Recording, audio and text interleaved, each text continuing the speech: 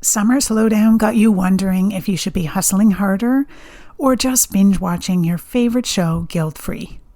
Well, before you decide to either overwork or totally check out, this episode is your permission slip to do something smarter. Let's ditch the stress. Learn how to work smarter during slow seasons, making strategic moves, staying connected without the sales pressure, and actually resting without the guilt. If you're ready to stop spinning your wheels and use downtime like a pro, this episode's for you. Stick around. Are you that driven entrepreneur who believes that working harder holds the key to your dreams? Are you drowning in the day-to-day tasks, wishing you had more time to strategize and cast the vision for your business growth? Hi, I'm Donna Dubé, your guide on this entrepreneurial journey. I've walked in your worn-out shoes, burning the midnight oil, convinced that sheer hard work was the secret to success. Just one more email, one more task, until I found myself on a one-way track to burnout. But here's the twist in the tale. I discovered that success isn't just about working harder, it's about working smarter. It's about being intentional with our time. It's about steering our ship with focus, because no team, system, or automation can outperform a lack of direction. In this podcast, I'm sharing with you all the strategies for business growth that it took me years to learn. If you're ready to step out of the daily overwhelm so you can amplify your profits, then I'm ready to teach you. I believe the only limit to your business growth is the one you set for yourself. Go grab a notebook, warm up that cup of tea, and let's do this. Hello and welcome back, small business owners. Thanks so much for tuning in today. Well, it's officially summer where I am in the Northern Hemisphere, and this season often brings with it, let's say, a shift in pace, right? Maybe your calendar isn't quite as packed. Maybe your sales feel a little more sluggish. Your inbox a little quieter than usual. And of course, your activity with kids and family, if you have them, a little more busier. I clearly remember when this happened in my business. It was July. My inbox was quiet. My calendar was surprisingly empty. And to be honest, sales were slower as well. And I started thinking, did I break something? Did I mess something up? What's happening? If you're a small business owner, a slower season can feel very unsettling. Even if you know logically that summer is a natural time for things to slow down, it still starts and messes with your head a little bit. The truth is, a lull in your business doesn't mean you failed. It doesn't mean your audience has disappeared or that your offer isn't working. It usually means the rhythm has shifted, and it's your job to shift with it. So today I want to talk about what to actually do during these slower seasons, how we avoid the panic, how we make the most of the space that's given to us, and how we set ourselves up for real momentum when things start to pick up again. This isn't about hustling harder, you know me by now, or building something new overnight. It's about getting grounded, thinking and acting like a CEO, and choosing actions that matter. So let's dig in a little bit further. First, I just want to normalize that businesses have seasons, just like nature. Some seasons are full of growth, right? Everything is blooming, clients are rolling in, you're in visibility mode, and your to-do list feels like a never-ending conveyor belt. Then there are seasons that are quieter, slower. Maybe your audience is taking a vacation. Maybe you're a little less energized. Engagement might dip a little bit. Your inquiries slow down. And suddenly you're wondering, what's changed? But this doesn't mean your business is broken. It simply means you're in a different rhythm. There's an analogy here that I want to give you, which is to think about farmers. They don't expect their crops to grow year-round, right? There are seasons to plant, seasons to tend, seasons to harvest, and then seasons to let the land rest. And business works the same way. Not every month will be a high growth, high profit month, and that's okay. What we need is to stop making the slow seasons mean something negative about us. Just because the momentum feels different doesn't mean it's gone. And some of the most foundational work I've done in my business, work that actually led to bigger results later on, happened during those quieter months. So instead of asking, why is it slow? A better question is, what is the season trying to offer me? All right. So now I hopefully have reframed your mind a little bit to think about this season. Let's talk about what not to do when things get quiet. So oftentimes when things are slow, our first instinct is to scramble, right? We start second guessing everything. Maybe I need a new offer. Maybe I should change my prices. Maybe I should throw a sale together. Maybe I should start over entirely. That reaction makes sense. It's a survival response, right? This is your business. This is your income. This is what your family relies on. So when it dips, I get it. You're like, I'm going into survival mode. But those panic-fueled moves rarely lead to long-term success. What they often do is burn your energy, confuse your audience, and distract you from the deeper work that will actually move the needle. So let me walk you through a few of the things that I've done in past summers when things slow down. And let me preface this to say, these are not things I want you to do. These things did not help grow my business. All right, mistake number 1 is panic creating something new. I remember one summer, the revenue dipped and I went into panic mode. And instead of pausing and assessing, I just jumped in and created a brand new offer in like a week. Well, if you know anything about me, I am a planner. I have to process things. And so for me to create a new offer in a week is just unheard of. I was on a huge adrenaline rush then. I convinced myself that I needed to launch something right now, to fix that dip. But guess what actually happened? I launched it from a place of urgency, right? It didn't align with my big picture goals. And I actually ended up walking away from that offer a few months later. Honestly, it was a waste of energy, a waste of time. Probably confused my audience along the way. So, lesson learned. Don't panic and start to create something new. Pause and assess. Mistake number 2 that I've done is discounting to make a quick sale. Now, friends, I'm not saying discounts are always bad, but when they're reactive, when they attract the wrong people and erode your pricing confidence, that's when they're bad.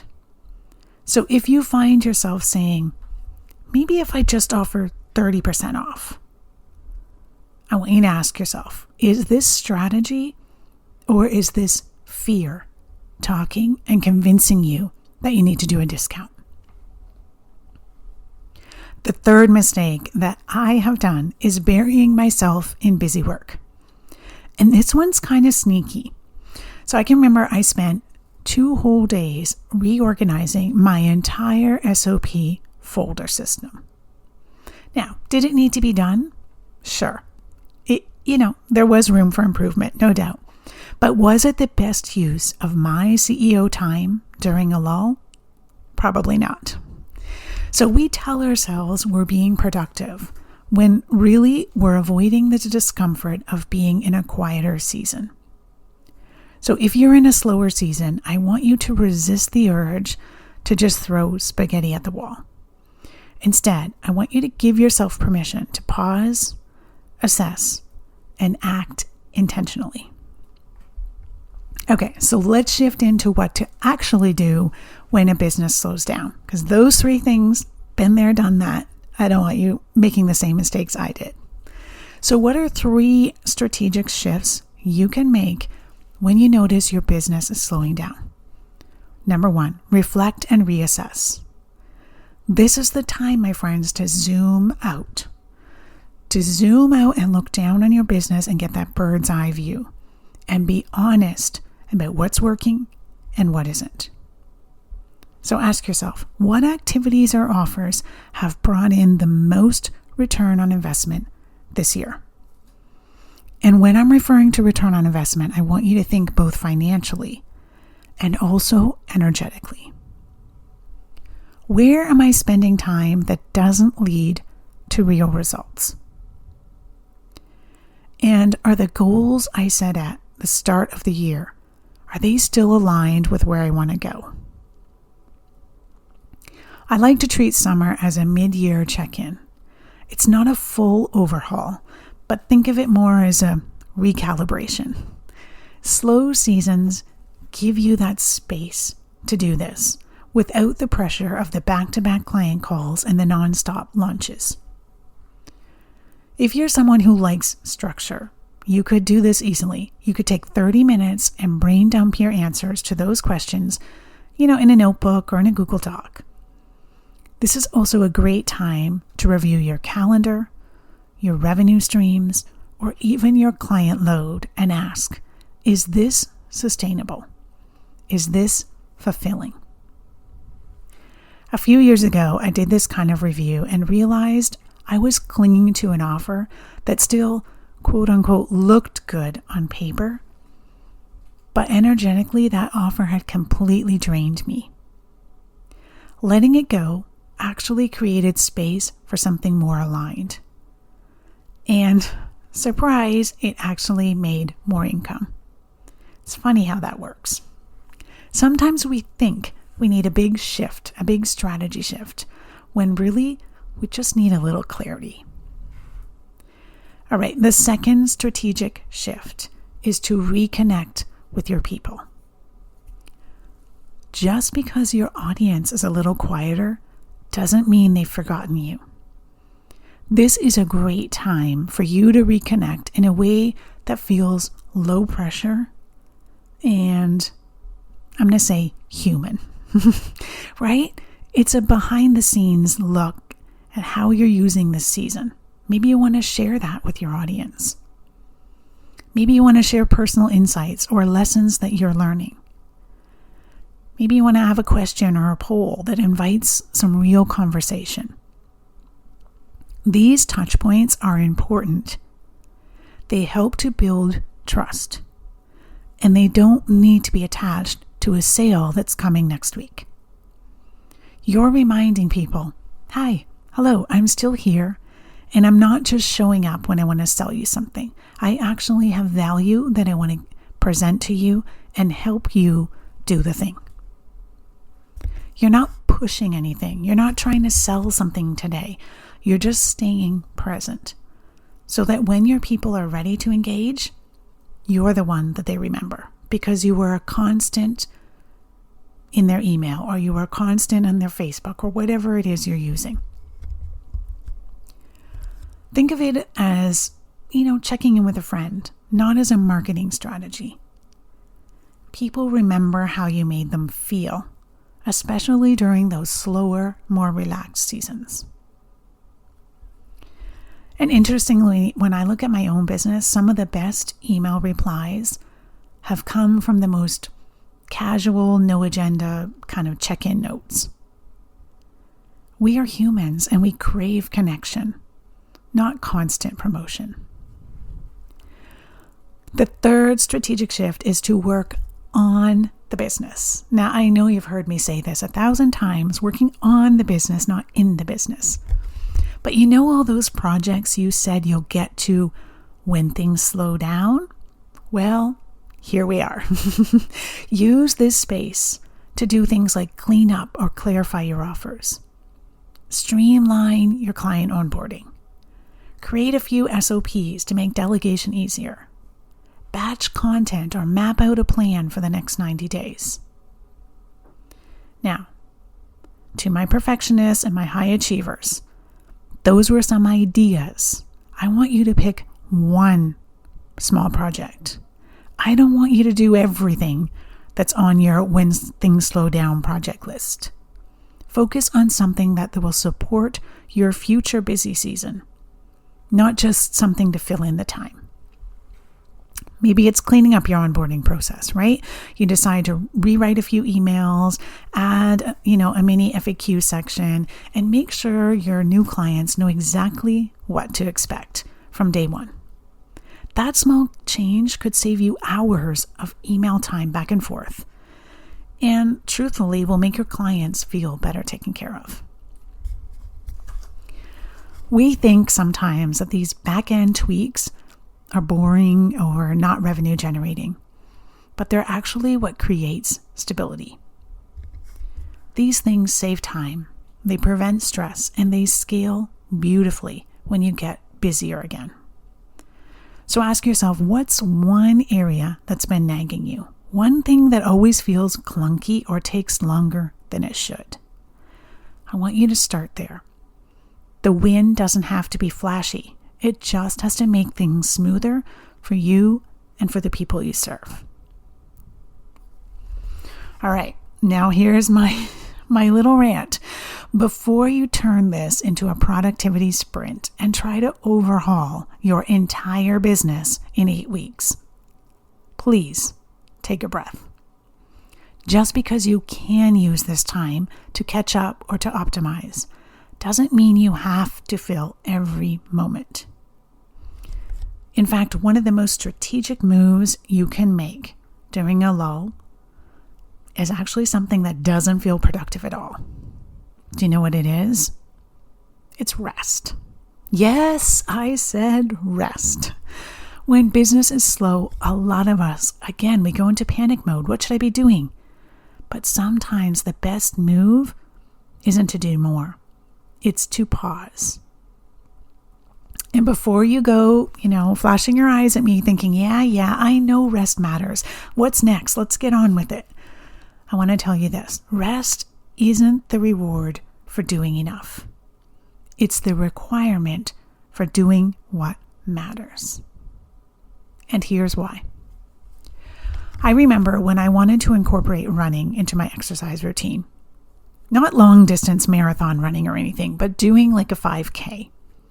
I started with a new program to help me build, up to that. And in true type A fashion, I thought, great, I'm going to go all in. I'll do it every single day. And let's see how fast I can get results. But the plan actually included rest days. At first, I hated them. I thought, rest day, what a waste. I don't need that. I could be doing more. I don't want to lose momentum. But you know what I quickly realized? Those rest days were built in for a reason. Without them, I was sore, I was tired, and frankly, way less effective. When I actually followed the plan, including the rest, I got stronger faster. And that same principle applies to your business. As small business owners, we tend to skip rest days because, we think we don't have time. But what if rest was the point? Just like athletes, we thrive with cycles. Work, recover, peak, repeat. I've been there, telling myself, first I'll get that automation done, and then I'll rest. And I know how hard this can be, because I've said all the things to myself. Well, it's quiet. I should finally build that funnel. Now's the perfect time to overhaul that whole system. I'll rest after I clean up my systems and batch a month of content. But rest doesn't come after progress. It is progress. It's the recovery phase that makes the next sprint sustainable and stronger. You don't grow by pushing non-stop. You grow by recovering strategically. And rest is part of the cycle. Without it, you're headed for burnout. But with it, you come back clearer, sharper, and more grounded in where you're headed. So let's talk what it really looks like to rest well. Not as some sort of, guilty last resort, but as a smart, necessary part of sustainable growth. So what could rest really look like? It doesn't have to be dramatic. It can be as simple as turning off notifications for an afternoon, going out for a mindful walk without business podcasts playing in your ears, designating one weekend day. No work. No lurking, no file cleanup, no list checking, nada. Or if you're up for it, taking a whole afternoon. No laptop, no guilt. Deleting work apps on the weekend. Scheduling one afternoon a week where you completely unplug. And stop pretending that your 30-minute walk with a podcast isn't working. That's exactly where your best ideas surface. Turn off the podcast, enjoy nature, and let your mind be free.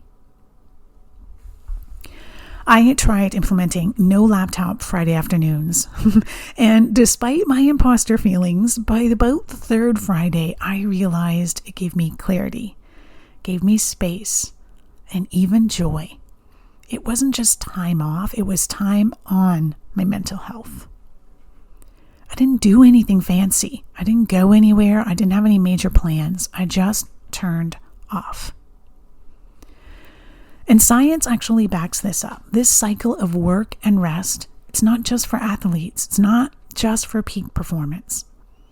Tapering work with intentional rest keeps your creativity sharper, your decisions clearer, and your well-being intact.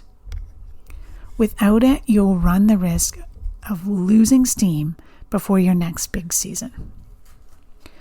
So this summer, I want you to aim not to burn the candle at both ends. Add strategic pauses. Build in recovery and let the quiet do its work. Rest sharpens your instincts. It resets your creativity and gives you breathing room so that when things do pick up again, you're not dragging yourself across the finish line. And just to be clear, I'm not suggesting you take a month off in the woods, unless of course you want to. I'm saying give yourself permission to stop holding your breath. You are allowed to rest without earning it. You are allowed to reset without rebranding everything. Sometimes the most strategic thing you can do during a lull is nothing. And here's the part that I find most people skip. Sometimes the most strategic move in a slow season is to just rest. Not because you're lazy, but because you're human. I know I used to feel so guilty during slow seasons when I had to rest. But here's what I've learned. I can't grow a business by being on 24/7.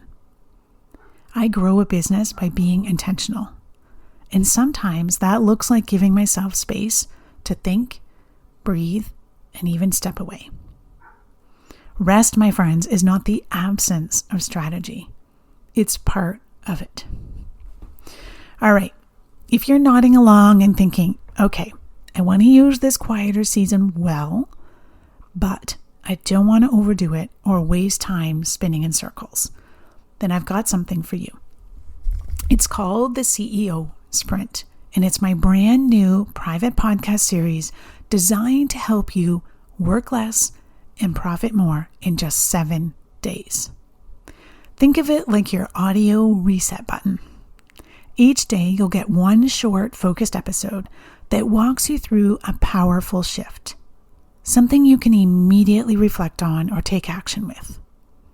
We're talking very practical things like how to spot where your time is leaking, what to cut out or delegate without burning it all down, structuring your week with intention, not chaos, and how to build more breathing room without losing momentum. It's built for the business owner who's ready to step back and actually lead, not just stay stuck in the grind to grind. And here's the best part. You don't need to carve out hours. You don't need to stare at your screen. You can just pop in your earbuds, folding laundry, sipping something cold on the porch, whatever it is, and have a quick listen.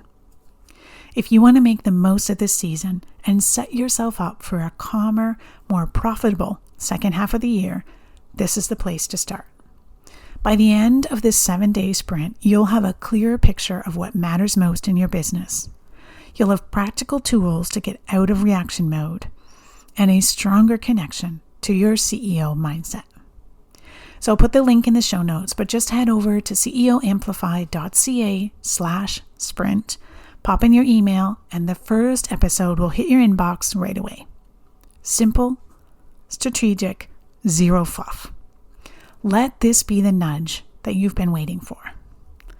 All right, thanks for spending time with me today. I hope this episode gave you permission to stop spiraling when things slow down and start using that space with more clarity and confidence.